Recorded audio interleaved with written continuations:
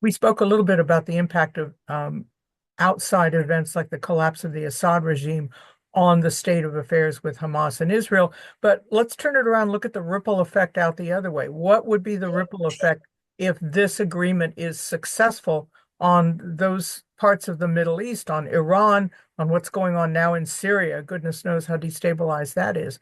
That might have a larger and longer impact way beyond the immediate partners. Well, if this agreement is fully implemented, and that's my hope is that it will be, and I think there's a better than even chance that it will be. If it is, already that begins to change the atmosphere in the region, number one. That should open up a serious effort then to move on normalization between Saudi Arabia and Israel.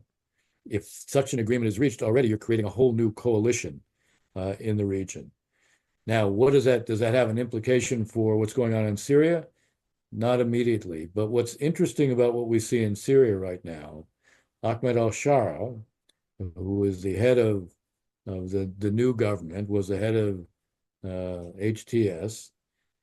He is, and his group had an ideology of being Islamist, but the focus right now seems to be exclusively on stabilizing Syria, consolidating control, and beginning to rebuild a country that is probably in need of about $300 billion of investment to remake the country.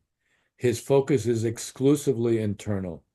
Everything he's been saying to date about tolerance for minorities, inclusiveness, negotiating a new constitution within 3 years, having election within 4 years, everything he's saying to Arab states is he wants to focus on the internal. It means that Israel is not a preoccupation at this stage. If you change the climate in the region and his focus is internal development, and you're creating a coalition that is very much focused on modernization, development, advancement of the region, his own interests could connect with that. Hmm. Now, we have to see if that's the way it will work out. That's one element.